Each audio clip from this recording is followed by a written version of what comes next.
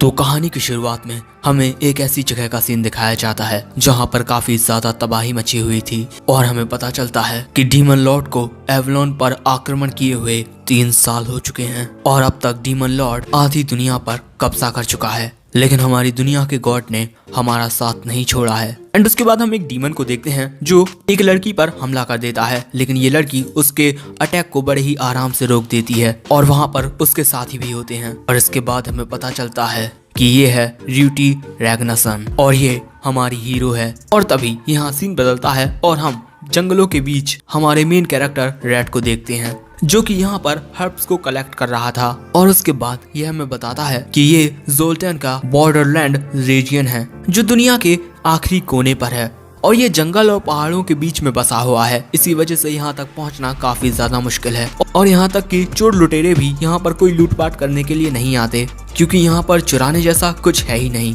और यहाँ पर आने वाले ज्यादातर लोग आलतू फालतू होते हैं, लेकिन मेरे लिए इससे अच्छी जगह कोई हो ही नहीं सकती। अब इसके बाद रेड एडवेंचरर्स गिल्ड में जाता है जहाँ पर वो उन औषधियों को बेच देता है जो उसने जंगल में कलेक्ट की थी और उनके बदले में उसे कुछ पैसे भी मिलते हैं। और इस गिल्ड रिसेप्शनिस्ट का नाम है मैग्रिया। लेकिन तभी एक एडवेंचरर रेड से बोलता है कि तुम सिर्फ औषधियां इकट्ठा करते रहते हो, कभी कभार अपनी तलवार का भी इस्तेमाल कर लिया करो। सो तभी उसका साथी बोलता है कि तुम भी अपनी तलवार का कहाँ इस्तेमाल करते हो हाँ। और यहाँ रेड बोलता है कि मेरा सपना है खुद का मेडिकल स्टोर खोलने का और मुझे एडवेंचर करना पसंद नहीं है, मुझे तो बस एक नॉर्मल लाइफ चाहिए। अब ये कहने के बाद वो गिल्ड से बाहर आ जाता है और बाहर आकर बोलता है कि मेरे पास इतने पैसे नहीं हैं कि मैं अपना मेडिकल स्टोर खोल पाऊँ। लेकिन तभी उसके पास एक बच्चा आता है जो अपने डैड के लिए लंच लेकर जा रहा था। उसकी ये बात सुनकर रेड बोलता है कि तुम काफी अच्छे हो टेंटा। और यहाँ टेंटा रेड से बोलता है कि अभी मुझे अपनी ब्लेसिंग के बारे में तो नहीं पता, लेकिन मैं बड़े होकर एक कारपेंटर बनना चाहता हूँ और उसके बाद मैं तुम्हारे लिए एक दुकान बनाऊंगा। लेकिन तभी वो रेड से पूछता है कि आखिर उसकी ब्लेसिंग क्या है। रेड बोलता है उसे नहीं पता। अब उसकी बात सुनकर टेंटा बोलता है अगर तुम्हें नहीं बताना तो मत बताओ, लेकिन मेरे घर पर मुझसे मिलने के लिए जरूर आना, ओके।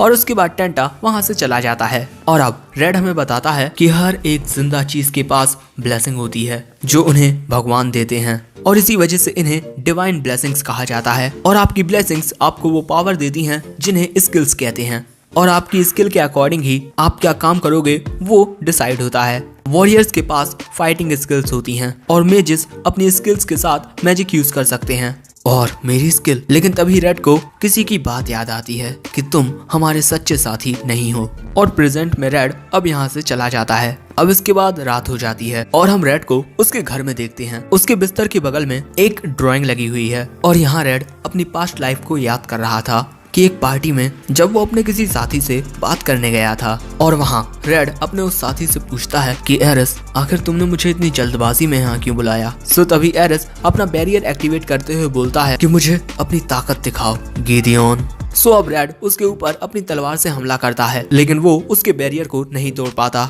और उसके बाद एरिस बोलता है कि इस बैरियर को तोड़ने के काफी सारे मैजिकल और फिजिकल तरीके थे लेकिन तुम फिर भी इसे नहीं तोड़ पाए। सो रेड बोलता है कि अगर मेरे पास इस ब्रॉन्ज सोर्ड के बजाय थंडर वेकर होता तो। तभी एरिस बोलता है तब तो वो थंडर वेकर की पावर होती, तुम्हारी नहीं। वो एक बहुत ही ज्यादा ताकतवर वेपन है, चाहे उसका इस्तेमाल कोई भी करे। इसके बाद एरिस रेड से बोलता है कि तुम हमारे सच्चे साथी नहीं हो, एक सच्चा साथी तुम्हारे कंधे से कंधा मिलाकर तुम्हारे साथ चलेगा। लेकिन तुम जब हमने पिछली बार डेस्मोंड से फाइट की थी तब तुम खुद को ही संभाल नहीं पा रहे थे और सिर्फ इतना ही नहीं रूटी को तुम्हें प्रोटेक्ट करना पड़ा जिसने हमारे दुश्मन को एक एडवांटेज दे दी। तुम लड़ाई में कुछ भी नहीं कर सकते और बस से बदतर बात तो ये है कि तुम रूटी के लिए एक ऐसा बोझ हो जिसे उससे हमेशा ढूंढना पड़ेगा। तुम्हारे पास एक गाइड की डिवाइन ब्लेसिंग है, तुम्हारा काम एक हीरो को सही रास्ता दिखाना है। और मैं ये बात मानने से इनकार नहीं करता कि तुमने हमारे लिए बहुत कुछ किया है, लेकिन अब हमें तुम्हारी कोई जरूरत नहीं है। रूटी और हमारी पार्टी तुम्हारे लेवल से कहीं ज्यादा ऊंचे हैं और इसी वजह से अब तुम हमारे लिए कुछ भी नहीं कर सकते हो। सो रेड बोलता है कि मैं अपनी पूरी कोशिश कर रहा हूँ। सो तभी एरिस बोलता है कोशिश, भले से ही तुम कितनी ही कोशिश क्यों ना कर लो, तुम फिर भी हमारे लिए एक बोझ रहोगे और सिर्फ क्योंकि तुम कोशिश कर रहे हो इसी वजह से हम तुम्हारा बोझ ढोएं, मुझे नहीं लगता कि ये एक सही फैसला होगा। तुम सच में हमारे सही साथी नहीं हो। और उसके बाद एरिस बोलता है कि हीरो अपने साथी को कभी भी अबेंडन नहीं करेगी और ना ही वो तुमसे कभी जाने को कहेगी। इसी वजह से तुम्हें खुद ही यहाँ से चले जाना चाहिए ताकि तुम्हारी बहन को तुम्हारा बोझ न ढोना पड़े। सो तभी रेड बोलता है कि मैं बाहमुद नाइट्स का सेकंड कमांडर हूँ और क्योंकि मैं तुम सभी पर बोझ हूँ इसी वजह से मैं अचानक ही इस तरीके से नहीं जा सकता। इसी वजह से उन सभी से कह देना कि जब मैं डीमन लॉर्ड की आर्मी पर नजर रखने को गया था तो उसके बाद मैं वापस नहीं लौटा। सो एरस बोलता है कि ठीक है, मैं सबको यही कहानी सुनाऊंगा और उसके बाद रेड वहाँ से जाने लगता है। लेकिन तभी एरस बोलता है कि जाने से पहले अपने इक्विपमेंट यहीं छोड़ देना क्योंकि वो पार्टी के हैं, तुम्हारे नहीं। और अब प्रेजेंट में रेड बोलता है कि उसके बाद मैं अपना नाम बदल कर यहाँ जोल्टैन में आ गया। लेकिन सच्चाई तो यही है कि एरस बिल्कुल सही था। मुझे अपनी बहन की काफी चिंता हो रही है लेकिन ये काफी बेवकूफी भरा है। वो मेरे मुकाबले में बहुत ज्यादा ताकतवर है। और इसके बाद रेड उठकर उस ड्राइंग को देखने लगता है और यहाँ रेड बोलता है कि इस तरीके से जीने में कोई अच्छी बात नहीं है, लेकिन हाँ अब मुझे अपनी जिंदगी को खतरे में नहीं डालना पड़ता और अब ये मेरी जिंदगी का दूसरा पड़ाव है। इसके बाद वो लाइट बंद करके सो जाता है। अब इसके बाद हमें अगले दिन का सीन दिखाया जाता है। मौसम बहुत ही अच्छा है और रेड आया हुआ है जंगल में औषधियाँ इकट्ठा करने के लिए। और यहाँ रेड हमें बताता है कि उसकी ब्लेसिंग इतनी खास नहीं है। उसके पास जो स्किल्स हैं उन्हें कोई भी सीख सकता है और उनमें से एक है सर्वाइवल स्किल। और इसी के होने की वजह से भले से ही मैं जंगलों में कितनी ही अंदर तक क्यों ना चला जाऊं, मुझे वापस आने का रास्ता मिल जाता है। और इसी के साथ वो हब्स को आइडेंटिफाई भी कर लेता है। लेकिन तभी हम देखते हैं कि एक बीस्ट रेड पर घात लगाए हुए बैठा हुआ है और इसके बाद वो मौका पाते ही उस पर हमला करने के लिए उसकी ओर जाता है। लेकिन अगले ही पल में वो नोटिस करता है कि अरे वो तो यहाँ है ही नहीं, क्योंकि हमारे हीरो ने उसे नोटिस कर लिया था। इसके बाद वो अपनी तलवार से इस आउल बियर पर हमला करने वाला था, लेकिन तभी वो सोचता है कि अब वो हीरोज पार्टी में नहीं है, इसी वजह से उसे ऐसा कुछ करने की कोई जरूरत नहीं है। उसके बाद रेड वापस से गांव में आ जाता है और वहाँ सभी को एक साथ देखकर उनसे पूछता है कि क्या कुछ हुआ है। सो तभी एक एडवेंचरर उसे बताता है कि पहाड़ पर एक आउल बियर देखा गया है, इसी वजह से हमें संभल कर रहना होगा। तभी एक एडवेंचरर को देखकर रेड बोलता है एल्बर्ट। सो ये एल्बर्ट बोलता है कि मुझसे सर कहो, डी रैंक। सो रेड बोलता है कि हाँ ठीक है, B rank adventurer Albert sir, बोलो मुझसे तुम्हें क्या काम है। सो एल्बर्ट बोलता है कि मैंने तुम्हारे बारे में सुना है, तुम हर्ब्स इकट्ठा करते हो और तुम्हें जंगलों के बारे में काफी पता है। वैसे हम उस आउल बियर को मारने के लिए जा रहे हैं, लेकिन हमें इन जंगलों के बारे में कुछ ज्यादा नहीं पता। उसकी बात सुनकर रेड समझ जाता है कि इन्हें उसकी गाइडेंस की जरूरत है, लेकिन यहाँ वो उन्हें मना कर देता है। सो एल्बर्ट उससे बोलता है कि ये तुम्हारे पास एक बहुत ही अच्छा मौका है, अगर तुमने हमारा साथ दिया तो शायद से तुम एक सी रैंकर तो बन ही जाओगे। सो रेड बोलता है कि मुझे इसमें कोई इंटरेस्ट नहीं है, मैं तो बस अपना मेडिकल स्टोर खोलकर एक सिंपल सी जिंदगी जीना चाहता हूँ। उसकी बात सुनकर एल्बर्ट गुस्से में वहाँ से अपनी पार्टी के साथ चला जाता है और अब मैग्रिया रेड से बोलती है कि मेरे ख्याल से तो तुम्हें उनका ऑफर एक्सेप्ट कर लेना चाहिए था, उसके बाद मैं तुम्हारी सिफारिश करती और तुम सी रैंक में प्रमोट हो जाते। रेड बोलता है कि माफ करना, लेकिन मैं सच में इंटरेस्टेड नहीं हूँ। अब मैग्रिया बोलती है कि चलो ठीक है, जैसी तुम्हारी मर्जी। और इसके बाद मैग्रिया वापस गिल्ड में चली जाती है और उसके जाने के बाद रेड बोलता है कि मैं अपने पास्ट को एक सीक्रेट रखना चाहता हूँ। लेकिन तभी यहाँ सीन बदलता है और हम रात में एक काफी ज्यादा खतरनाक जगह को देखते हैं, जहाँ पर हमारे हीरो की बहन रूटी आसमान को देखने के बाद बोलती है ब्रदर।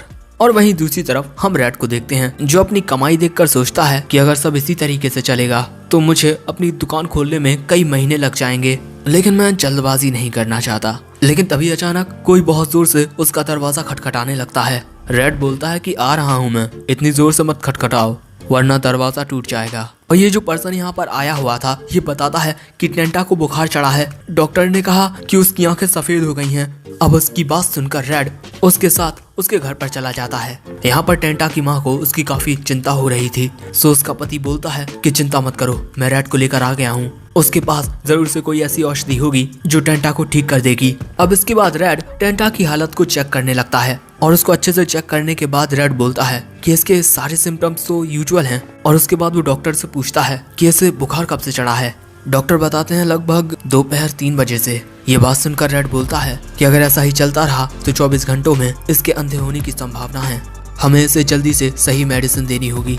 जिस पर डॉक्टर बोलते हैं कि गॉब्लिन फीवर और पिछले महीने होने वाली व्हाइट आई एपिडेमिक की वजह से हमारे पास पर्याप्त मेडिसिन नहीं है। सो तभी टेंटा का पापा बोलता है रेड तुम्हारे पास तो वो जरूरी हर्ब्स होंगी है ना, प्लीज रेड मेरी मदद करो, तुम्हारे अलावा हमारी मदद कोई नहीं कर पाएगा। और उसके बाद वो रेड के पैरों में गिरकर बोलता है कि प्लीज मेरे बेटे की जान बचा लो, मैं तुम्हें कोई भी कीमत दूंगा। अब इसके बाद रेड सोचने लगता है कि माउंटेन्स पर इस वक्त काफी ज्यादा खतरा होगा और अगर मैं इस वक्त माउंटेन्स पर गया तो एडवेंचरर गिल्ड मुझे एक्सपेल भी कर सकता है, मुझे कुछ और सोचना होगा।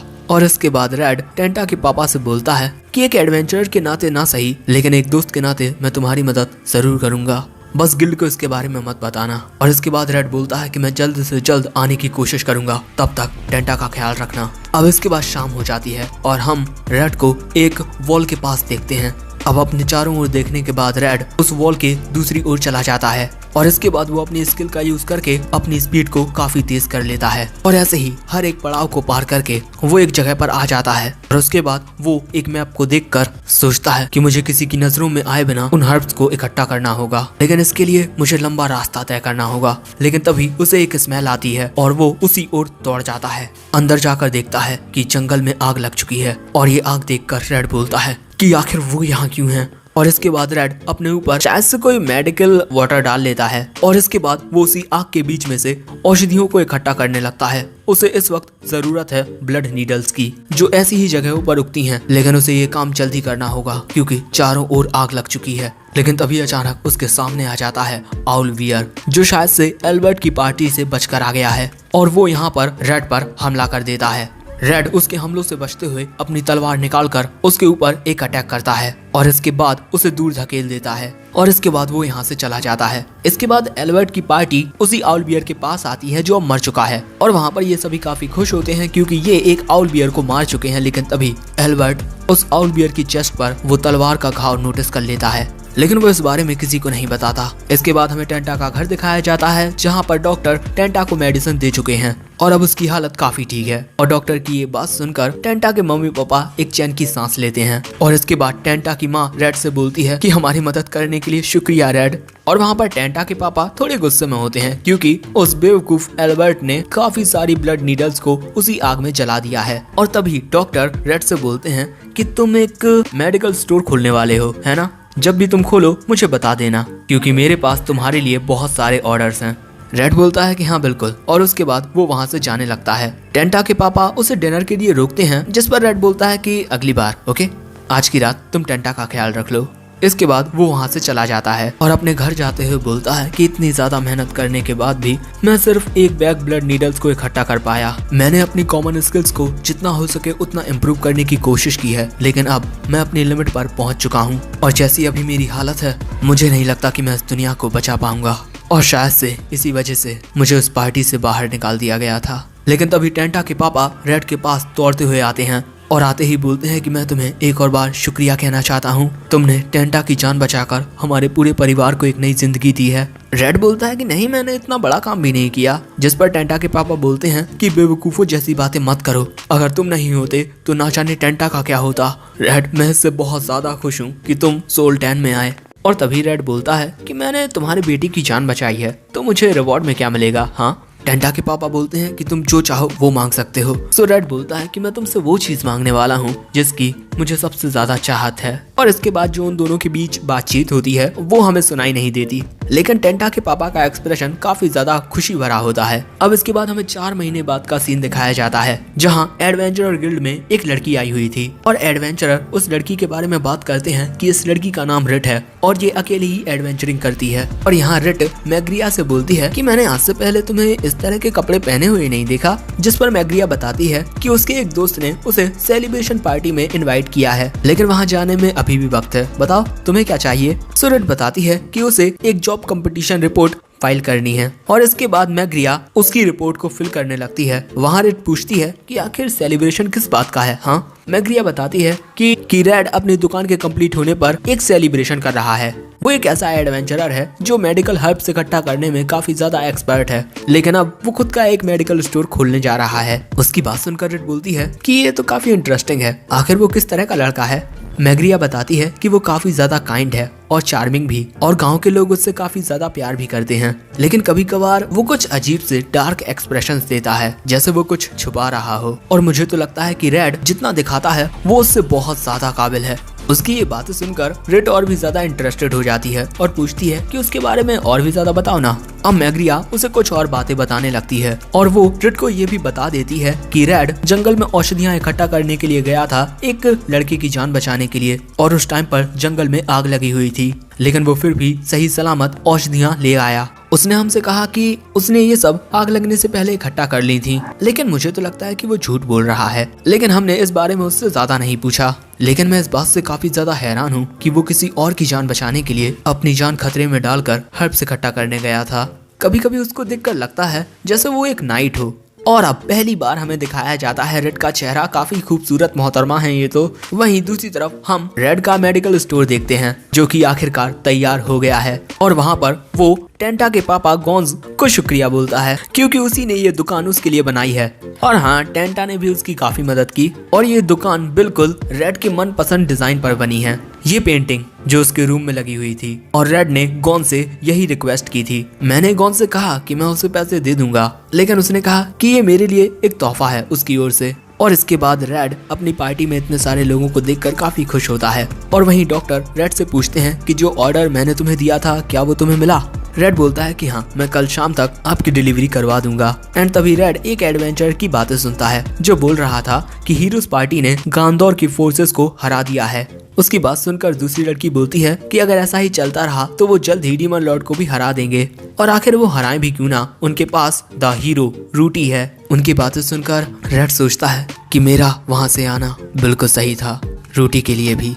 एंड तभी गॉन्स रेड से बोलता है कि तुम्हारे सपने तो काफी बड़े हैं, है ना रेड। और अब इसके बाद सारे के सारे लोग रेड की ओर ही देख रहे थे, और उन सभी को अपनी ओर देखते हुए रेड सोचता है कि मुझे यहाँ पर नाटक करने की कोई जरूरत नहीं है, क्योंकि अब मैं हीरोज पार्टी का कोई नाइट नहीं हूँ। और उसके बाद रेड बोलता है कि तुमने मेरा सपना पूरा करने में मेरी बहुत मदद की है, सो थैंक यू। लेकिन अब मैं अपनी जिंदगी को अच्छे से जीना चाहता हूँ, एंजॉय करना चाहता हूँ अपनी जिंदगी का हर एक पल। और ऐसे गर्मी के दिनों में मैं तुम्हारे साथ बातें करते हुए बस ठंडी चाय पीना चाहूँगा।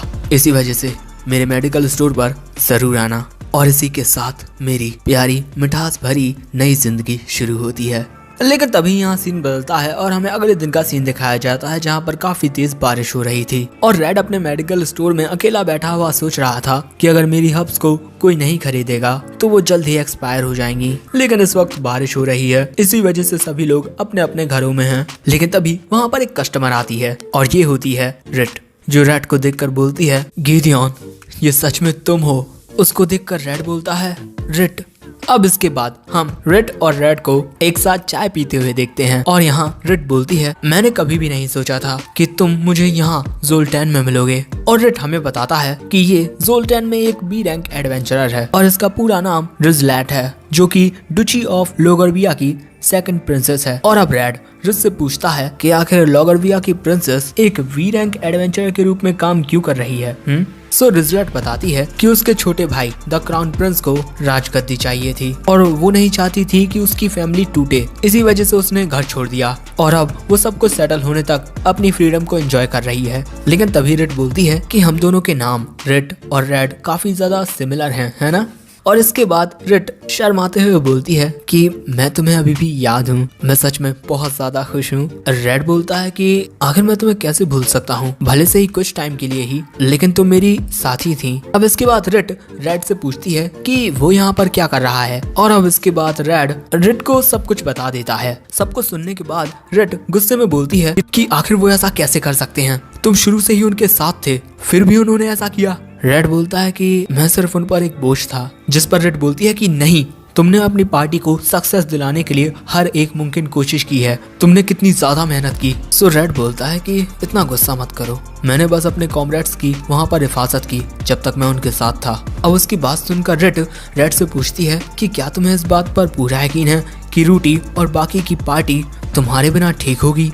रेड बोलता है उन्होंने गैंडोर को हरा दिया है, जो डीमन लॉर्ड की आर्मी में 4 सेलेशियल किंग्स में से एक था, वो सब मेरे बिना भी बिल्कुल ठीक हैं। अब इसके बाद रेड बोलता है कि तुम्हारी चाय ठंडी हो गई है, मैं तुम्हारे लिए दूसरा कप लेकर आता हूँ। रेड इसके लिए मना करती है, लेकिन रेड बोलता है कि मैं तुमसे कितने वक्त के बाद मिल रहा हूँ, कम से कम मैं तुम्हारे लिए इतना तो कर ही सकता हूँ। अब इसके बाद रेड चाय बना रहा होता है और वो इस वक्त अपनी बहन के बारे में सोच रहा था। और अब रेड सोचता है कि मैं हीरोज की पार्टी में से वैनिश्ड हो गया, मैं रूटी के लिए अब कुछ नहीं कर सकता। इसके बाद वो रिट के लिए एक कप चाय और देता है। रिट को उस चाय का टेस्ट बहुत ज्यादा अच्छा लगता है और ऐसा इसीलिए है क्योंकि हमारे रेड को नोविस लेवल कुकिंग स्किल्स आती हैं। और वहाँ पर रिट ये भी बोलती है कि इस चाय का टेस्ट उसे इसीलिए भी अच्छा लग रहा है क्योंकि रेड ने उसके लिए चाय बनाई है। और इसके बाद वो दोनों जरा शर्मा से जाते हैं।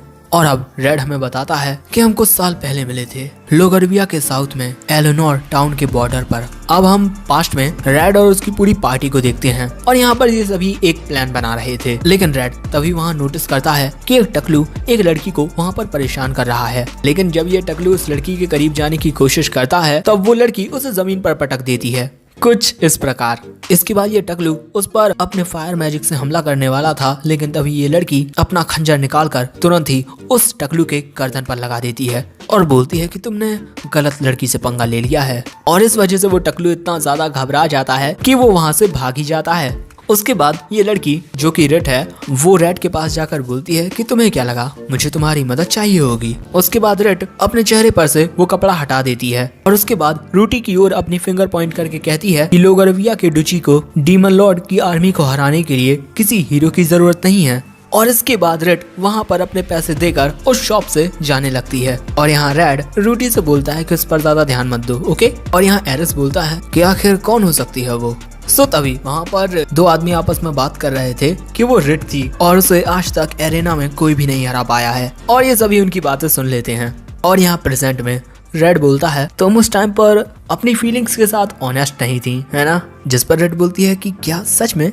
रेड बोलता है हाँ, क्या तुम भूल गई हमने एक साथ मिलकर कुछ बार फाइट भी की है, लेकिन तुम हमेशा बस कंप्लेंट किया करती थी। सो तभी रेड बोलती है लेकिन मैं कभी कभी अपनी ट्रू फीलिंग्स दिखाती थी। रेड पूछता है भला कब। रेड बताती है जब हम लोग माउंटेन ब्लिज पर थे उस टाइम पर। सो अब रेड याद करने लगता है। यहाँ रेड उससे पूछती है कि क्या आज कोई प्रोग्रेस हुई। रेड बोलता है नहीं। उसकी बात सुनकर रेड बोलती है कि हीरोज पार्टी इंफॉर्मेशन कलेक्ट करने में इतनी ज्यादा अच्छी नहीं है। जिस पर रेड बोलता है कि हमारे पास ऐसी ब्लेसिंग का कोई भी नहीं है। इसके बाद रेड बोलती है कि हमारी इन्वेस्टिगेशन काफी अच्छी प्रोग्रेस कर रही है, क्या तुम सुनना चाहोगे। रेड बोलता है हाँ बिल्कुल। सो तभी रेड बोलती है कि अगर तुम मुझसे कहोगे प्लीज प्रिंसेस रेड मेरे जैसे एक बेवकूफ को बताइए ना, तो मैं तुम्हें बताने के लिए तैयार हूँ। लेकिन गलती से तभी वो नीचे गिर जाती है। और यहाँ रेड बोलता है प्लीज प्रिंसेस रेड मुझ जैसे एक बेवकूफ को बताओ। और इसके बाद रेड बोलता है कि लोगरविया को बचाने के लिए मेरी प्राइड की कुर्बानी देना बहुत ही छोटा सा प्राइस है।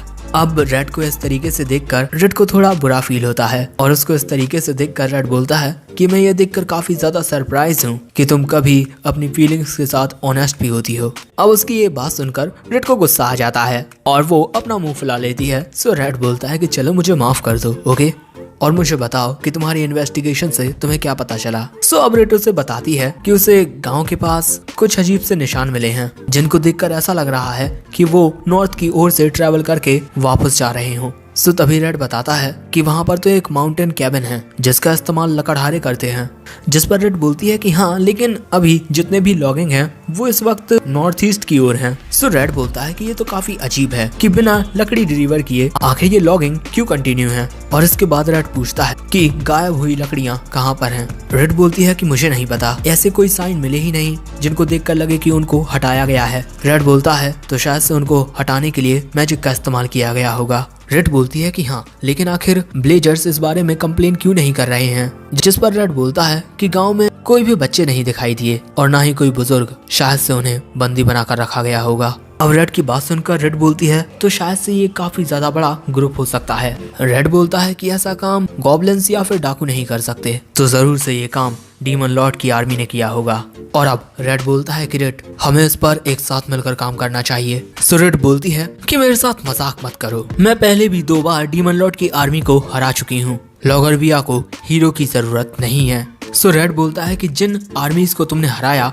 वो दुश्मन की मेन फोर्स नहीं थी। जिस पर रेड बोलती है कि लोगरविया हमेशा जीतता है चाहे कुछ हो जाए। सो रेड बोलता है कि जब उन गॉब्लिन्स की बड़ी फोर्स ने हमला किया था तब तुम्हारे 4 बियरर्स ने सेंट्रल की मदद मांगी थी। मुझे नहीं लगता कि लॉगरविया को इतना ज्यादा घमंड करना चाहिए कि उनके जीतने के चांसेस कम हो जाएं। जिस पर रेड बोलती है कि मैं सब कुछ खुद ही संभाल लूंगी, हमें अपनी हिफाजत करने के लिए किसी हीरो की मदद की जरूरत नहीं है। जिस पर रेड बोलता है कि ठीक है, जैसी तुम्हारी मर्जी, लेकिन क्या तुम कुकी खाना चाहोगी? उन्हें देखकर रेड पूछती है कि आखिर ये क्या है?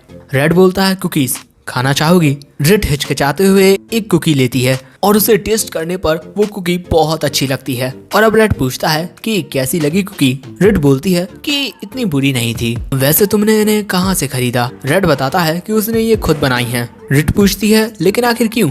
रेड बताता है कि उसे बाहर का खाना ज्यादा पसंद नहीं है, इसीलिए वो किसी भी लंबे सफर के लिए अपने पास खाना रखता है। और अब प्रेजेंट में रेड बोलती है कि वो मेरी ऑनेस्ट फीलिंग थी। सो रेड बोलता है अच्छा, तो जब हमने एक साथ मिलकर काम किया था तब उस टाइम पर रेड ने बोला था कि तुम इतने भी बुरे नहीं हो, लेकिन हाँ, इस तारीफ से ज्यादा हवा में मत उड़ना। मैं सिर्फ ये बोल रही हूँ कि तुम बिल्कुल नॉर्मली ठीक ठाक हो। सो प्रेजेंट में अब रेड बोलती है कि ठीक है बहुत हो गया। और उसका एक्सप्रेशन देखकर रेड हंसने लगता है और सोचता है कि शीशंदन के साथ जो घटना हुई थी उसके पहले तक रेड अपनी फीलिंग्स के साथ बिल्कुल भी ऑनेस्ट नहीं थी। उस लड़ाई से जो नतीजा निकला वो अच्छा तो बिल्कुल भी नहीं था। अब हमें द डुची ऑफ लोगरविया का सीन दिखाया जाता है पास्ट में, जहाँ पर किंग बोलते हैं कि डीमन लॉर्ड की आर्मी कभी भी हमारे ऊपर हमला कर सकती है। सो एक कमांडर बोलता है कि हमें जल्द ही कुछ करना होगा, वरना हमारे पास जो खाना और फ्यूल है वो पूरी तरीके से खत्म हो जाएगा। सो तभी रेड बोलती है कि हमारे दुश्मन की भी कुछ ऐसी ही हालत है। जब वो लोग अपने फूड को स्टोर कर रहे थे उस टाइम पर मैंने माउंटेन फोर्ट्रेस में ये डिस्कवर किया था। इसी वजह से हमें वहीं हमला करना चाहिए। हमारी मेन फोर्स दुश्मन को डिस्ट्रैक्ट करेगी और मैं एडवेंचरर्स की पार्टी के साथ उनके फोर्ट्रेस पर हमला कर दूंगी। सो तभी एक कमांडर बोलता है कि हम हमारी प्रिंसेस को दुश्मन के इलाके में नहीं जाने दे सकते। सो तभी किंग बोलता है कि मुझे प्रिंसेस का आइडिया पसंद आया। और अब इसके बाद एरिस बोलता है कि हम भी आपकी मदद करेंगे। और अब किंग बोलता है कि हम कैसल के डिफेंस की जिम्मेदारी हीरोज पार्टी पर छोड़ते हैं। लेकिन दोस्तों ये प्लान फेल हो जाता है। एंड दोस्तों मैं तुम्हें बता दूं कि जिसे मैं इतनी देर से किंग बोल रहा था वो किंग नहीं है, वो तो रेड का कोई मास्टर है जो उसे कुछ भी सिखाता होगा। और यहाँ इसकी जो हरकत होती है उसे देखकर रेड पूछती है कि आखिर तुम कौन हो, मेरे मास्टर कहाँ हैं? जिस पर ये आदमी बोलता है कि मैं शीशंदन हूँ, मैं तुम्हारे मास्टर को खा चुका हूँ और इसी वजह से मेरे पास उसकी सारी मेमोरीज भी हैं, मेरी प्यारी स्टूडेंट। अब उसकी बात सुनकर रेड बहुत ही ज्यादा गुस्से में अपना पूरा आपा खोकर उस पर हमला करने के लिए जाती है, लेकिन तभी एक गॉब्लिन रेड को जमीन से मार देता है, जिसके बाद रेड कुछ भी नहीं कर पाती। और यहाँ शीशंदन बोलता है कि तुम्हारे लोग तुम्हें एक मसीहा मानते हैं और अगर मैं तुम्हारा इस्तेमाल करूंगा तो जरूर से इस पूरी कंट्री पर हमारा राज होगा। लेकिन अगले ही पल में एक तलवार शीशंदन के सीने पर आकर लगती है और ये होता है गेडियोन रेड, जो रेड को उस गॉब्लिन से भी छुड़ा लेता है उस गॉब्लिन को मारकर। रेड पूछती है कि आखिर तुम यहाँ क्या कर रहे हो? रेड बताता है कि उसे कैसल में कुछ तो काफी अजीब लग रहा था, इसी वजह से अब मत रो रेड, क्योंकि तुम्हें इन सब से लड़ने के लिए खुद को मजबूत करना होगा और आंसू मजबूती की निशानी नहीं है। इसके बाद रेड भी अपना हथियार उठा लेती है और वहीं पर जो शीशंदन डीमन होता है वो भी अपनी ट्रू फॉर्म में आ जाता है, एक भयानक और बहुत ही ज्यादा खतरनाक डीमन। और यहाँ रेड बोलता है कि रूटी यहाँ पर जल्द ही आ जाएगी, तब तक हमें बस इसे रोकना है। लेकिन अगले ही पल में ये डीमन उन दोनों पर हमला कर देता है। वो दोनों उसके हमले से बच जाते हैं, लेकिन वहाँ पर ये डीमन उन दोनों को एक साथ संभाल रहा होता है और उसके हमले से रेड तो दूर गिर जाती है। लेकिन उसी टाइम पर वहाँ पर रूटी आ जाती है, जो हवा में उछलकर नीचे आते हुए उस डीमन पर अपनी तलवार से वार करती है और उसके एक तरफ के हाथों को काट देती है। उसके बाद दूसरे साइड के हाथों को भी काट देती है और इसके बाद अपनी तलवार को उसके सीने में मार देती है और इसके बाद उस डीमन का अंत हो जाता है। और ये देखकर रेड काफी ज्यादा हैरान थी, क्योंकि यहाँ पर रूटी किसी मॉन्स्टर से कम नहीं लग रही थी। और उसके बाद रेड अपने उन साथी एडवेंचरर्स की लाशों को देखती है जिनको वो अपने साथ लेकर आई थी। अब उसके बाद महल में रेड के साथ होता है। वो उससे पूछता है कि तुम आज काउंसिल को अटेंड करने के लिए नहीं आई। अब इसके बाद रेड की इजाजत लेकर उसी के बगल में बैठ जाता है और उससे बोलता है कि रेड, अगर तुम लड़ना नहीं चाहती हो तो मैं तुमसे लड़ने के लिए नहीं कहूंगा, लेकिन मुझे लगता है कि तुम लड़ना चाहती हो, लेकिन इस वक्त तुम्हारे दिल में जो दर्द है वो तुम्हें ऐसा करने से रोक रहा है। सो रेड रोते हुए बोलती है कि मैं बहुत ज्यादा डरी हुई हूँ, मुझे डर लग रहा है कि मैं किसी और को खो दूंगी, मेरे मास्टर, द रॉयल गार्ड और वो बाकी के एडवेंचरर्स, वो सभी मारे जा चुके हैं। मैं जानती हूँ कि वो कैसे थे, वो किस तरीके से अपनी जिंदगी जीते थे, लेकिन इन सब के बावजूद भी उन्होंने मेरे साथ फाइट की। लेकिन अब वो सब जा चुके हैं और उन सभी की मौत मेरी वजह से हुई है। अब रिट की ऐसी हालत देखकर रेड बोलता है, हम लोग सीज लाइन्स को तोड़कर रीइंफोर्समेंट्स को समन करने वाले हैं और हम लोग बीविचिंग बूट्स की ओर जाएंगे। और मेरा एक पुराना साथी जिसका नाम यारा अंड्राला है, वो पास ही में रहती है और उसकी ब्लेसिंग के साथ रिट बोलती है कि मैं ये सब तुम पर छोड़ती हूँ। रीइंफोर्समेंट के आने के बाद मैं फाइट करूंगी। रेड बोलता है कि बात ये नहीं है रेड, जो चीज यहाँ पर मैटर करती है वो ये है कि क्या लॉगरविया के पास वो प्राइड और विल है जिसके साथ वो फाइट करना जारी रखेंगे। तुम बैटल में हमारा साथ देकर डीमन लॉर्ड को हराने में हमारी मदद कर सकती हो और तुम्हारे बिना लॉगरविया के लोगों को सिर्फ ये याद रहेगा कि उन्होंने एक महान रॉयल गार्ड कैप्टन खो दिया।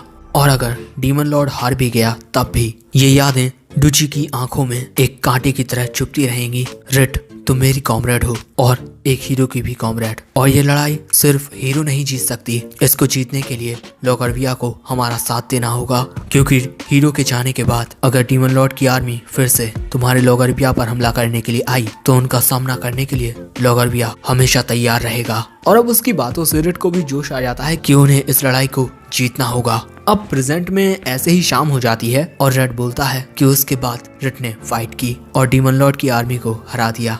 अब इसके बाद रेड रिट से पूछता है कि क्या उसे भूख लगी है। रिट बोलती है कि हाँ, बहुत ज्यादा। रेड बोलता है कि आज मैं शॉपिंग करने के लिए नहीं गया, लेकिन किचन में कुछ ना कुछ तो होगा ही। लेकिन तभी रिट बोलती है कि रेड, क्या मैं यहाँ पर तुम्हारे साथ काम कर सकती हूँ? मैं और तुम इसी मेडिकल स्टोर में एक साथ, अच्छा रहेगा, है ना?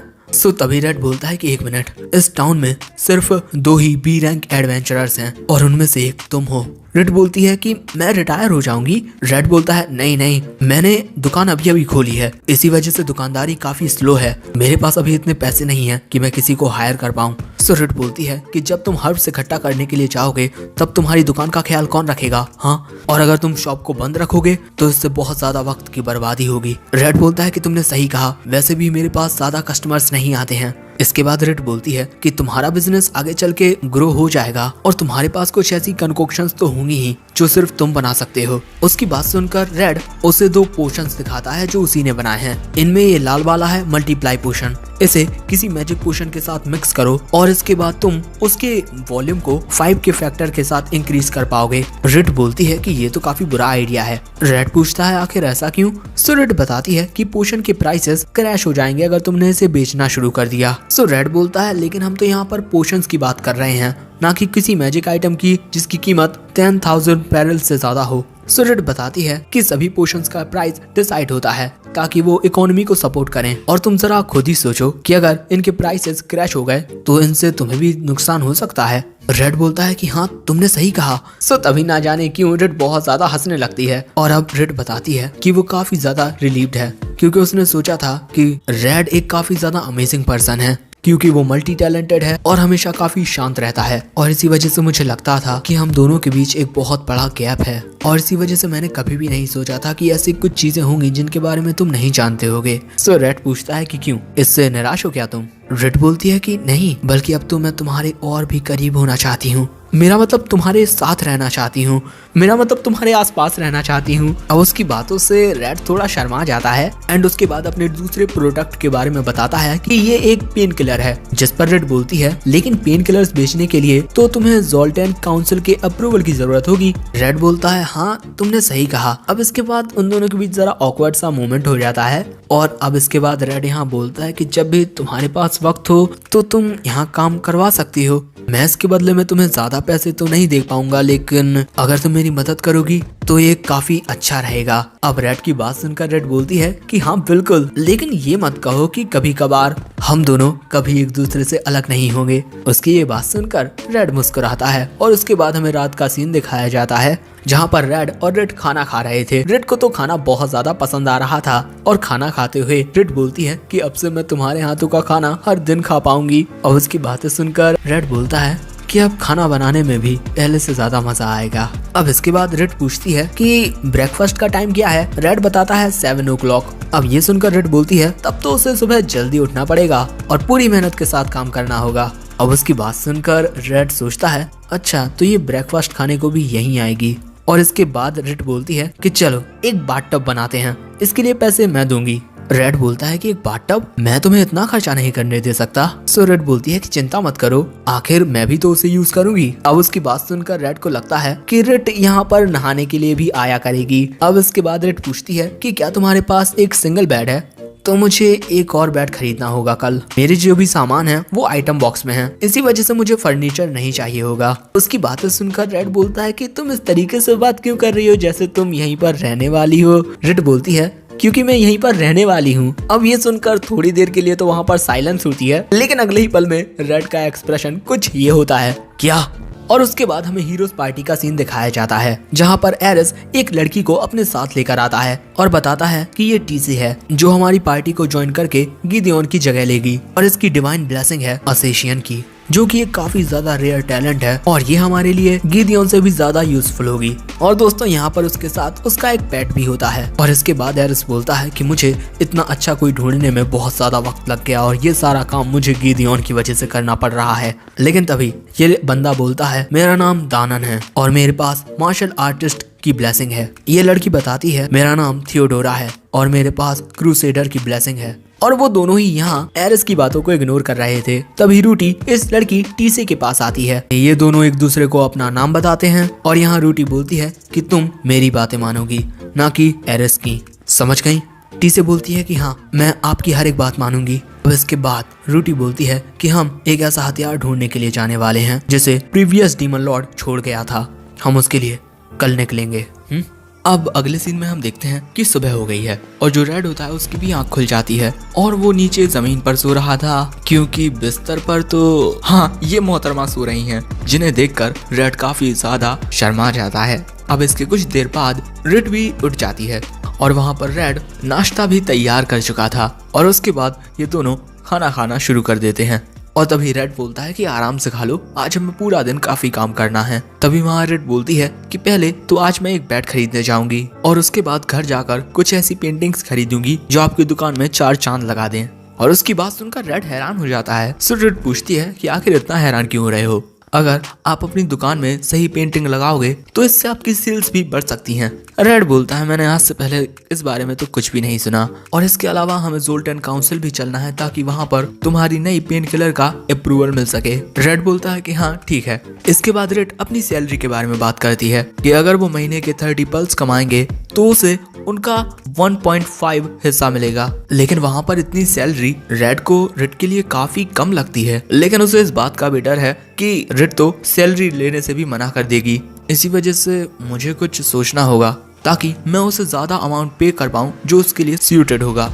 और अभी के लिए वो रेड को हाँ बोल देता है उसके 1.5 हिस्से के लिए। एंड उसके बाद रेड फिर से खाना खाना शुरू कर देती है और तभी रेड को याद आता है कि इसने मुझसे कहा था कि ये यहीं मेरे साथ रहेगी, इसी वजह से मुझे इसकी सैलरी के बारे में इतना सोचने की कोई जरूरत नहीं है।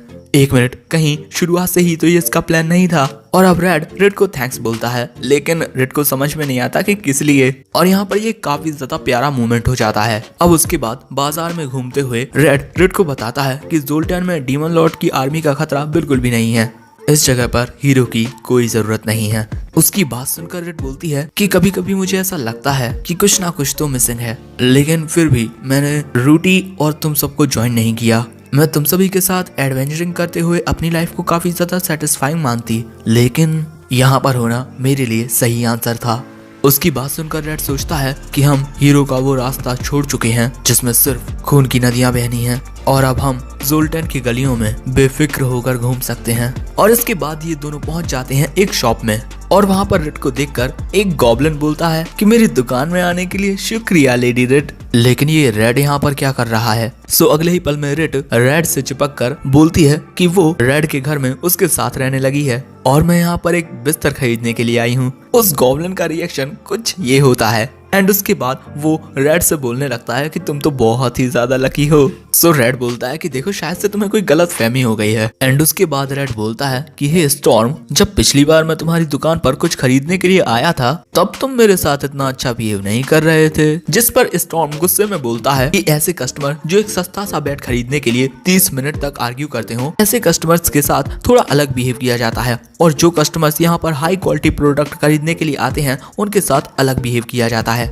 एंड उसके बाद रेड को एक डबल बेड काफी ज्यादा पसंद आ जाता है। सो रेड बोलता है कि एक सिंगल बेड खरीदो। उसकी बात सुनकर स्टॉर्म को गुस्सा आ जाता है। रेड बोलता है क्यों, कोई दिक्कत? और रेड बोलती है कि तुम तो कुछ समझते भी नहीं, बेवकूफ कहीं के। उसका ऐसा एक्सप्रेशन देखकर रेड भी शर्मा जाता है। अब उसके बाद जो छोटा मोटा सामान होती है रेड उसे अपने आइटम बॉक्स में डाल लेती है, और क्योंकि बैट काफी ज्यादा बड़ा है तो वो स्टॉर्म से उसे डिलीवर करने को कह देती है। अब बैट खरीदने के बाद वो लोग उस दुकान से चले जाते हैं। अब उसके बाद रेड से बोलती है कि स्टॉर्म की दुकान पर काफी अच्छा सामान मिलता है। सो रेड बोलता है कि स्टॉर्म थंडर के पास क्राफ्ट्समैन ब्लेसिंग होती है और वो उसे काफी ज्यादा लेवल अप कर चुका है। और इसके बारे में रेड को तब पता चला था जब एक बार उसने ल्यू में एक मॉन्स्टर हंट में स्टॉर्म की मदद की थी। अब इसके बाद रेड हमें बताता है कि जो परमेश्वर डेमिस हैं वो सभी जिंदा क्रिएचर्स को उनके पैदा होते ही उन्हें एक डिवाइन ब्लेसिंग देते हैं।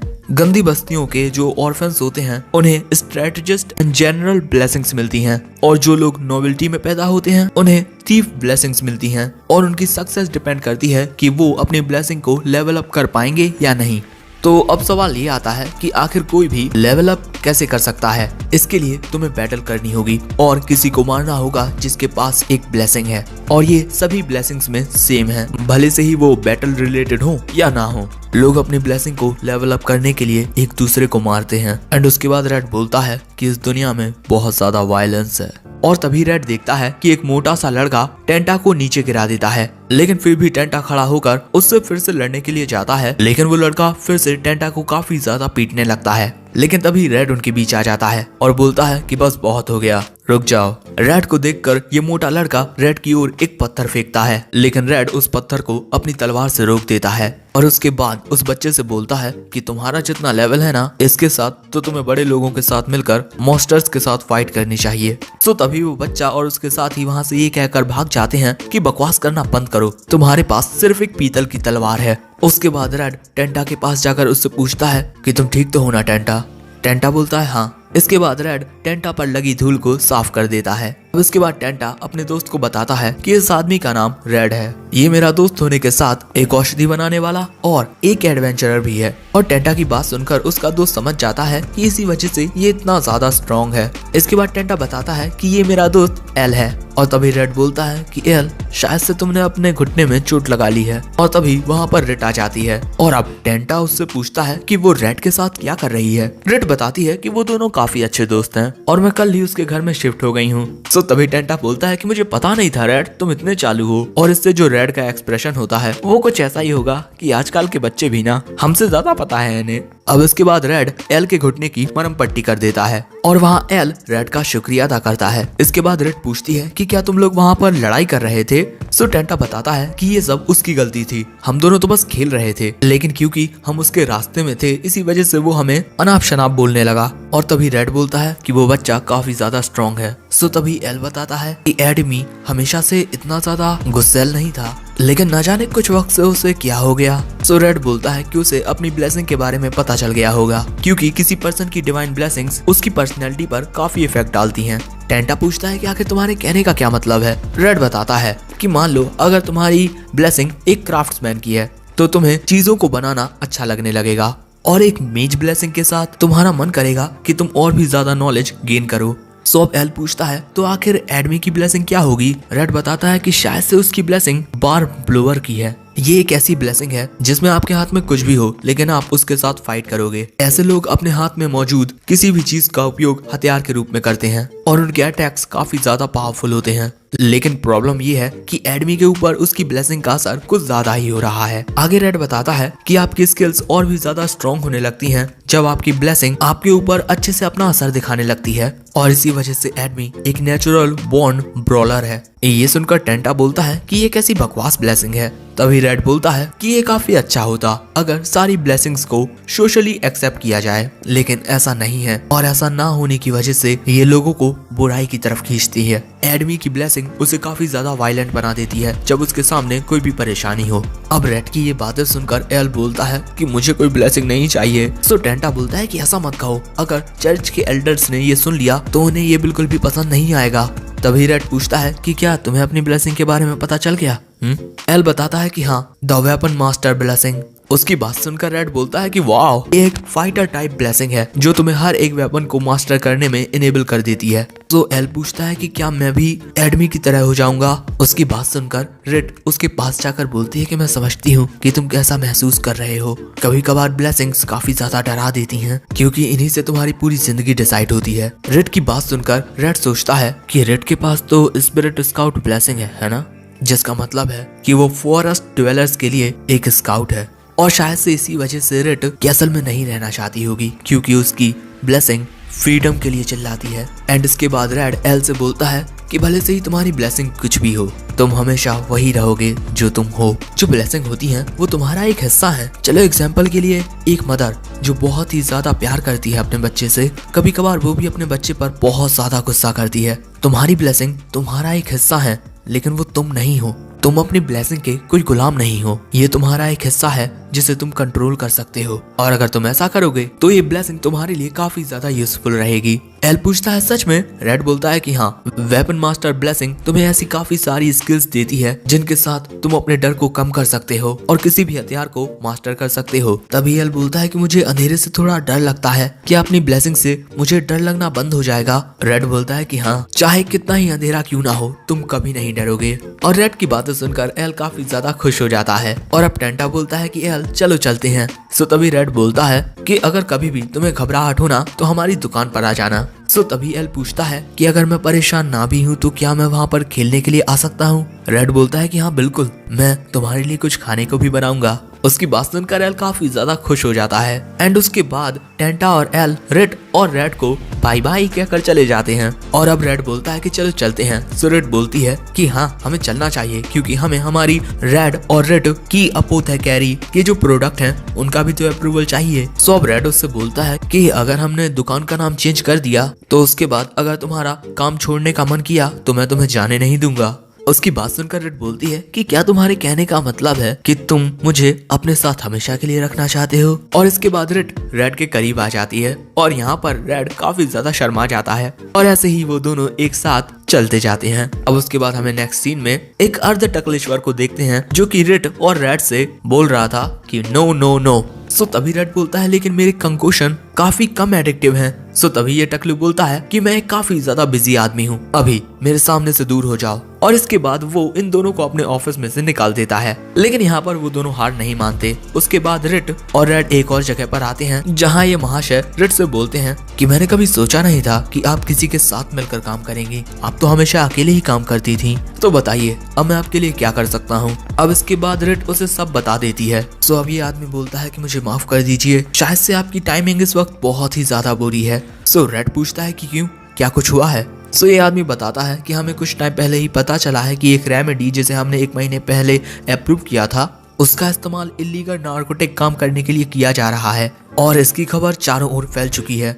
आगे वो आदमी बताता है कि नई रेमेडी टाउन के बाहर बनाई गई थी और उसके अप्रूव्ड होने के बाद उसने मार्केट में तबाही मचा दी और इसका जो मेकर था वो शुरुआत से ही इसका गलत इस्तेमाल करने का सोच रहा था और इन सब ने हमारी रेपुटेशन को बहुत ही ज्यादा नुकसान पहुंचाया है। डैन जो कि न्यू रेमेडी का इंचार्ज था, उस पर बहुत सारे लोग अपना गुस्सा दिखा रहे हैं, लेकिन क्योंकि ये रिक्वेस्ट मिस रिड की है इसी वजह से मैं इसे पर्सनली अप्रूव करूंगा। अब उसकी बात सुनकर ये दोनों उसका शुक्रिया अदा करते हैं। अब उसके बाद वहाँ से वापस आते हुए रेड से बोलता है कि माफ करना, ये सब तुम्हें संभालना पड़ा आखिर में। सो रेड बोलती है कि इसमें कोई बड़ी बात नहीं है, लेकिन रेड बोलता है कि मैंने किस तरीके से कहा था कि सब कुछ मैं संभाल लूंगा, मैं बेवकूफ हूँ 1 नंबर का। सो तभी रेड उससे बोलती है कि मैं तो बहुत ज्यादा खुश हूँ कि मैं तुम्हारी मदद कर पाई और मैं ये करते रहना चाहती हूँ, मैं तुम्हारे लिए कुछ भी करूंगी। सो अब रेड शर्माते हुए रेड को थैंक्स बोलता है एंड इसके बाद रेड फिर से रेड के पास आ जाती है। रेड बोलता है कि हम दोनों की एक बहुत बढ़िया टीम बनेगी